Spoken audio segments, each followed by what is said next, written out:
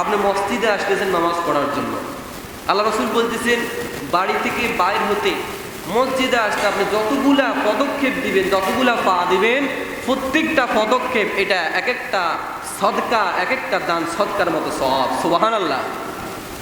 এই জন্য সাহাবীরা দূরের যে মসজিদ বা দূরের এলাকা, তারা এরকম দূর এলাকায় সেখানে হেঁটে হেঁটে যায় নামাজ পড়তেন সওয়াবের উদ্দেশ্যে। কিসের উদ্দেশ্যে? আর আমরা এত দুর্ভাগা, আমাদের ঘরের পাশে মসজিদ, একদম নিকটে মসজিদ, তারপর আমরা মসজিদে আসতে চাই না। সম্মানিত উপস্থিতি, শুধু তাই না, রাস্তা থেকে কষ্টদায়ক জিনিস, একটা বিড়াল পড়ে মরে আছে, একটা কুকুর পড়ে মরে আছে, একটা ডাল পড়ে আছে, আপনি এটা সরিয়ে দিয়েছেন, আল্লাহ রাসূল বলতেছে এটা আপনার জন্য সাদকা হিসাবে গণ্য হবে। সুবহানাল্লাহ। অর্থাৎ মানবতার জন্য আপনি যে কোনো কাজ করেন এটার মধ্যে আল্লাহ আপনার জন্য নেক রেখেছে, সওয়াব রেখেছে। অথচ দিন দিন এটা আমাদের থেকে উঠে যায় যে মানুষের উপকার করব, মানুষের কাজ করব। আমরা চিন্তা করি এর উপকার করলে আমার লাভ, এর উপকার করলে আমার লাভ, আমরা লাভের কথা চিন্তা করি। সম্মানিত উপস্থিতি, আবার আসুন, আল্লাহ রাসূল সাল্লাল্লাহু আলাইহি সাল্লাম বলেন ওয়াল্লাহু ফি আউনিল আবদি মা কানাল আবদু ফি আউনি আখিহি। আল্লাহ রাসূল বলতেছেন যতক্ষণ একজন মানুষ অন্য কোনো মানুষের কল্যাণে নিয়োজিত থাকে ততক্ষণ আল্লাহ তার কল্যাণে নিয়োজিত থাকে। সুবহানাল্লাহ। যতক্ষণ পর্যন্ত একজন মানুষ অন্য মানুষের উপকারে আসে, উপকার কাজে আসে, ততক্ষণ পর্যন্ত আল্লাহ তাআলা তার কল্যাণে আসে। সুবহানাল্লাহ। ধরেন একজন মানুষ অ্যাক্সিডেন্ট করছে, আমরা কয়েকজনে তাকে দরাদরি করে বাড়িতে নিয়ে গেলাম, সেখানে যাই আমরা তার সাথে অবস্থান করলাম, বা হাসপাতালে নিয়ে গেলাম, সেখানে অবস্থান করলাম, একজন মানুষের কাজে আসলাম, আল্লাহ বলতেছে আল্লাহ তার কাজে আসবে, তার কাজ আল্লাহ করে দিবে। সুবহানাল্লাহ। তারপর বলতেছে মানব কল্যাণমুখী কর্ম বিপদ আপদ এবং অপমৃত্যু থেকে তাকে রক্ষা করে। মানব কল্যাণমূলক কাজ বলা হয়েছে এই কাজগুলো করলে বিপদ আপদ দূর হয়। কি দূর হয়? বিপদ আপদ দূর হয়, এমনকি অকাল মৃত্যু, হঠাৎ করে মৃত্যু, এটা রোধ হয়। সুবহানাল্লাহ বলেন না? আর বলা হয়েছে যারা গোপনে দান করে আল্লাহর ক্রোধ তার প্রতি নির্বাপিত হয়ে যায়। যারা গোপনে গোপনে দান করে, আল্লাহ রাসূল বলতেছে এক হাতে দান করো যেন আরেক হাত না জানে। যারা এইভাবে গোপনে গোপনে দান করে, বলা হয়েছে তাদের প্রতি আল্লাহর ক্রোধ, রাত, এটা প্রশমিত হয়ে যায়, এটা চলে যায়। আর আমরা দান করে কত ফুটাই, এসব দানের কি বা মানি আছে? আল্লাহ রাসূল সাল্লাল্লাহু আলাইহি সাল্লাম বলেন রক্ত সম্পর্কীয় আত্মীয়তার সম্পর্ক রক্ষা করা, যারা আত্মীয়তার সম্পর্ক রক্ষা করে, ভাই ভাইয়ের সম্পর্ক রক্ষা করে, আত্মীয় স্বজনের সম্পর্ক রক্ষা করে, তাদের সাথে সুন্দর আচরণ করে, তাদেরকে খাওয়ায়, তাদের দেখাশোনা করে, আল্লাহ রাসূল বলতেছে অটোমেটিক তাদের আয়ু বৃদ্ধি পায়। সুবহানাল্লাহ। আমরা অনেকে বাঁচতে চাই দুনিয়ায়, এত কিছু করলাম, দুনিয়াতে একটু বেশি থাকতে চাই না ভাই? কয়জনে মরতে চান? আমি মরে যেতাম চাই এখন। আপনি যদি অনেক অসুস্থ ব্যক্তিকেও যদি বলেন যে আপনি মরে যান, কিন্তু সেও মরতে চায় না, সেও বাঁচতে চায়। তা আমরা সকলে বাঁচতে চাই, কিন্তু বাঁচার মাধ্যম বুঝি না। আল্লাহ রাসূল জানিয়ে দিয়েছেন তুমি বেশি বেশি বাঁচতে চাও দুনিয়ায়, সমস্যা নাই, বাঁচা তোমার হবে, কিন্তু তুমি তোমার নিকট আত্মীয় যারা, তাদের খোঁজ খবর নাও, তোমার ভাইয়ের সাথে ভালো সম্পর্ক রাখো, প্রতিবেশীর সাথে ভালো সম্পর্ক রাখো, আত্মীয় স্বজনের দেখা সাক্ষাৎ করো, তোমার অটোমেটিক আয়ু বেড়ে যাবে। যেই স্ত্রীরা স্বামীকে তার ভাই থেকে আলাদা করে, মা থেকে আলাদা করে, বোন থেকে আলাদা করে, সে আলাদা থাকতে চায়, মূলত সে তার স্বামীর ক্ষতি চায়। কি বলেন, ঠিক না ভাই? সে মূলত তার স্বামীর ক্ষতি চায়। যদি সে স্বামীর ভালো চাইতো তাহলে তো সে বলতো তোমার ভাইয়ের সাথে ভালো সম্পর্ক রাখো, ভাই বোনের দেখা সাক্ষাৎ করো।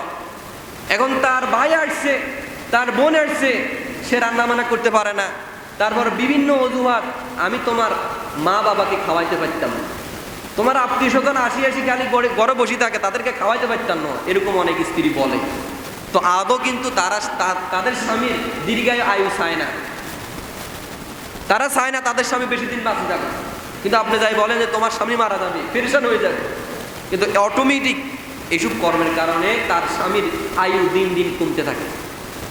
তো মা বোনরা যারা শুনতেছেন, আপনার স্বামীর যদি আয়ু বাড়ুক এটা চান, তাহলে তার ভাইয়ের সাথে যেন ভালো সম্পর্ক রাখে, তার বোনের সাথে যেন ভালো সম্পর্ক রাখে, প্রতিবেশীর সাথে ভালো সম্পর্ক রাখে, চাচাদের সাথে, তার জাড়াদের সাথে, তার খালাদের সাথে, ফুফুদের সাথে যেন ভালো সম্পর্ক রাখে, তাকে সব সময় উৎসাহিত করবেন, তাকে সব সময় তাদের বাড়িতে বেড়াতে নিয়ে যাবেন, তাদের বাড়িতে আসবেন, তাদেরকে দাওয়াত দিবেন, তাদেরকে খাওয়াবেন, অটোমেটিক আপনার আয়ু আল্লাহ বৃদ্ধি করে দিবে। সুবহানাল্লাহ।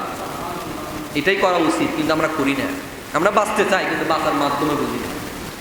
এ কারণে ভাইয়েরা, আত্মীয়তার সম্পর্ক যারা বজায় রাখে, বিশেষ করে রক্ত সম্পর্ক যা আত্মীয়, এদের সাথে যারা সম্পর্ক বজায় রাখবে, আল্লাহ রসুল জানিয়ে দেন তাদের অটোমেটিক হায়াত আল্লাহ বাড়িয়ে দিবেন। সুবহানাল্লাহ।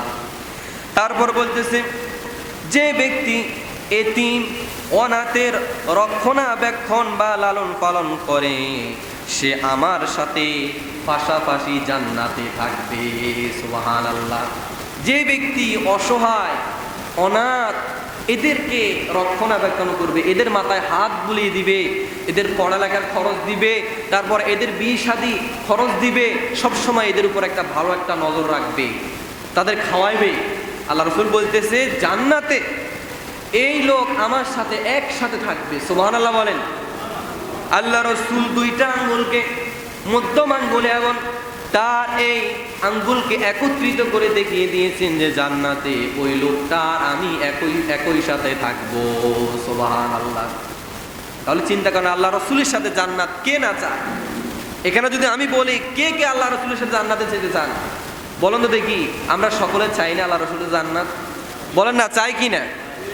তাহলে আপনার এখন থেকে উচিত, কোনো এতিম, কোনো অসহায় আপনার বাড়ির পাশে আছে, তাদের উপর হাত বুলিয়ে দেন, তাদেরকে খাওয়ান, তাদের বিপদ আপদে সাহায্য করেন, তাদেরকে পোশাক কিনে দেন, এইটাই উপকারে আসবে। তাদের বাড়িঘর একটু ভালো করে নির্মাণ করে দেন, কোনো কিছুর অভাব আছে কিনা, বাড়িতে খাবার আছে কিনা একটু ভালো করে একটু তাকায় দেখেন, তাদের ছেলে মেয়েদের দিকে তাকায় দেখেন, তাদের একটু খরচের ব্যবস্থা করেন, বিয়ে শাদীর ব্যবস্থা করে দেন। ইনশাল্লাহ আপনি আল্লাহ রসুলের সাথে একসাথে জান্নাতে থাকবেন। সুবহানাল্লাহ। এটা আমাদের করতে হবে। সম্মানিত উপস্থিতি, এবার আসুন, সৃষ্টির সেবার মধ্যে আরো একটা সেবা হচ্ছে অসুস্থ মানুষকে দেখতে যাওয়া।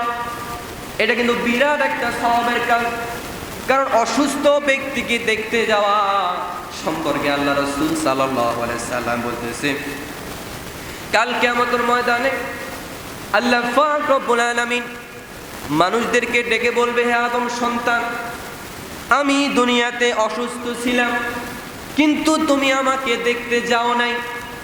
ওই লোক আল্লাহকে বলবে, হে রব্বুল আলামিন, আপনি কিভাবে অসুস্থ ছিলেন দুনিয়াতে? আপনি কিভাবে দুনিয়া অসুস্থ ছিলেন? আল্লাহ পাক রব্বুল আলামিন তখন বলবে, তুমি জেনেছো তোমার প্রতিবেশী অসুস্থ, তুমি জেনেছো তোমার বড় ভাই অসুস্থ, তোমার বড় বোন অসুস্থ, তোমার ঘরের পাশে অসুস্থ ব্যক্তি পড়ে আছে, কিন্তু তুমি যদি তাকে দেখতে যেতে তাহলে আমাকে দেখা হতো। সুবহানাল্লাহ। আজ আমাদের মধ্যে এতটাই অহংকার, এতটাই স্বার্থপরতা বেড়ে গেছে, আমাদের আপন ভাই অসুস্থ হয়ে পড়ে আছে, আমরা তাকেও দেখতে যাই না। আমার বোন অসুস্থ আছে কিন্তু তাকে আমি দেখতে যাই না।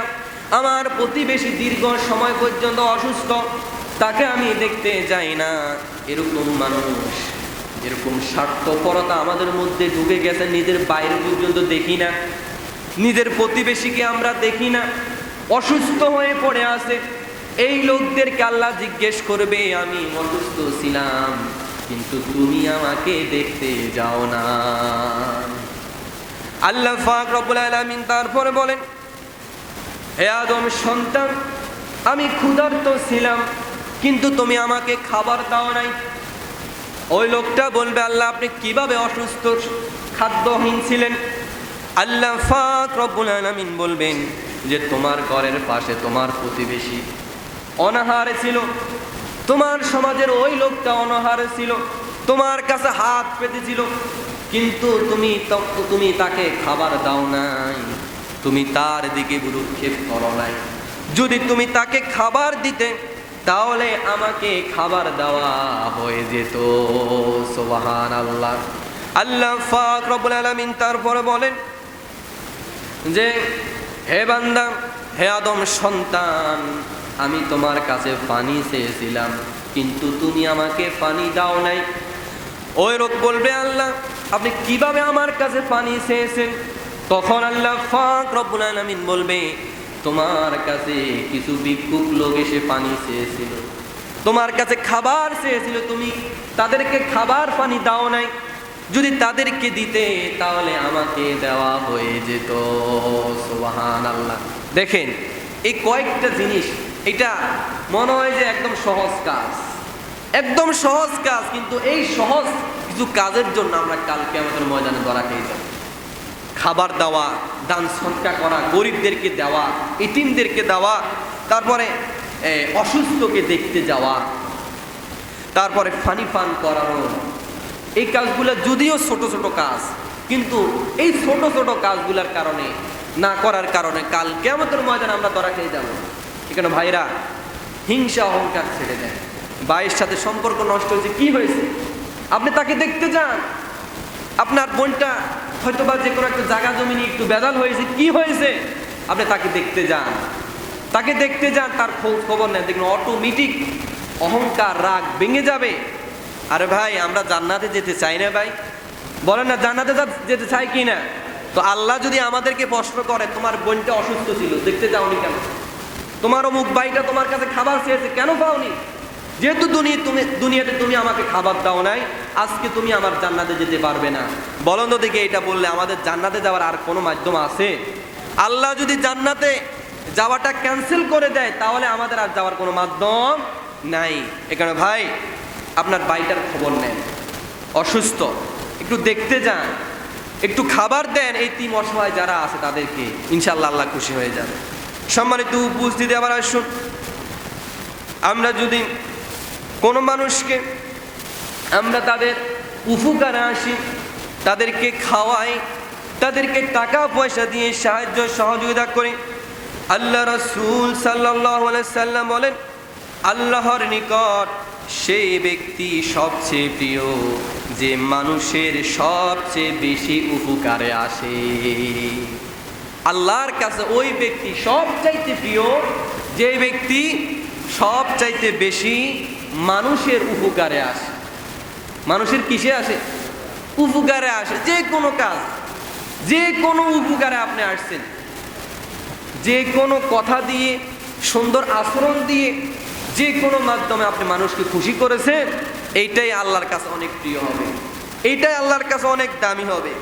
আল্লাহ রাসূল সাল্লাল্লাহু আলাইহি সাল্লাম বলেন কেউ যদি বিপদে থাকে তাহলে তাকে সাহায্য করো, কেউ যদি তোমার থেকে ঋণ নিয়ে থাকে তাহলে তাকে সময় দাও, আর কেউ যদি ক্ষুধার্ত থাকে তার খাবারের ব্যবস্থা করো, আর কেউ যদি ক্রোধান্বিত থাকে তাকে সুন্দর কথা বলে তাকে এই ক্রোধ থেকে মীমাংসা করার, সম্পর্ক বজায় রাখার চেষ্টা করো।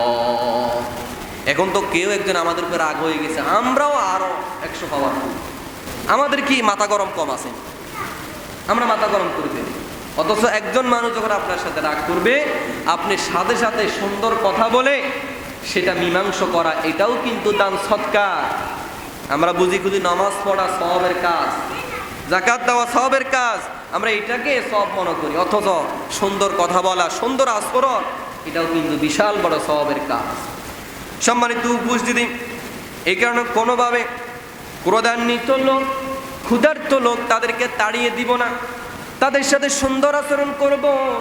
যদিও আমরা তাদেরকে টাকা দিয়ে সন্তুষ্ট করতে পারবো না, কিন্তু এমন একটা সময় আসে মানুষের টাকার প্রয়োজন হয় না, মানুষের সাথে সুন্দর কথা বলে, সুন্দর আচরণ করে, সুন্দর ভালো ব্যবহার দেখায়া মানুষের মন জয় করা যায়। অনেক সময় টাকা দিয়েও আপনি ওই কাজটা করাইতে পারবেন না, যে কাজটা আপনি সুন্দর কথার দ্বারা, সুন্দর কাজের দ্বারা আপনি তার থেকে আদায় করতে পারবেন। টাকা দিয়ে সেই কাজ কি হয় না। এখানে ভাই আমরা অনেক সময় আমরা কাজের জন্য লোক নিই, আমরা তাদেরকে ভালো ব্যবহার দিব, তাদের সাথে ভালো আচরণ দিব, দেখবেন অটোমেটিক সে আপনার কাজটা সুন্দরভাবে করে দিবে।